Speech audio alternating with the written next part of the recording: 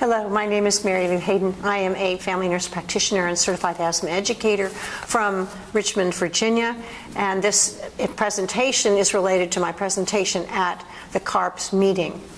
The presentation that I will be discussing is COPD. As you all know, COPD is a common disease, but perhaps you're not aware that they estimate that by 2030 it'll be the third leading cause of death in the United States.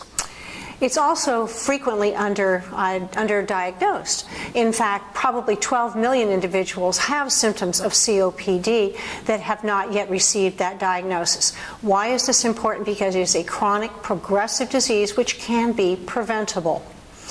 The severity of COPD is no longer determined simply on looking at their lung function.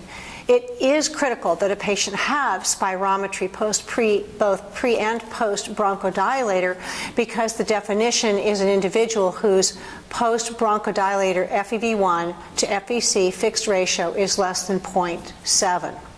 That being said, the GOLD guidelines, which were fully updated in 2015 with a supplemental update in 2016, now also include not only their airflow obstruction, which is measured by their FEV1, but also looking at their symptoms, the severity of their symptoms, as well as the number of exacerbations or hospitalizations that they have had.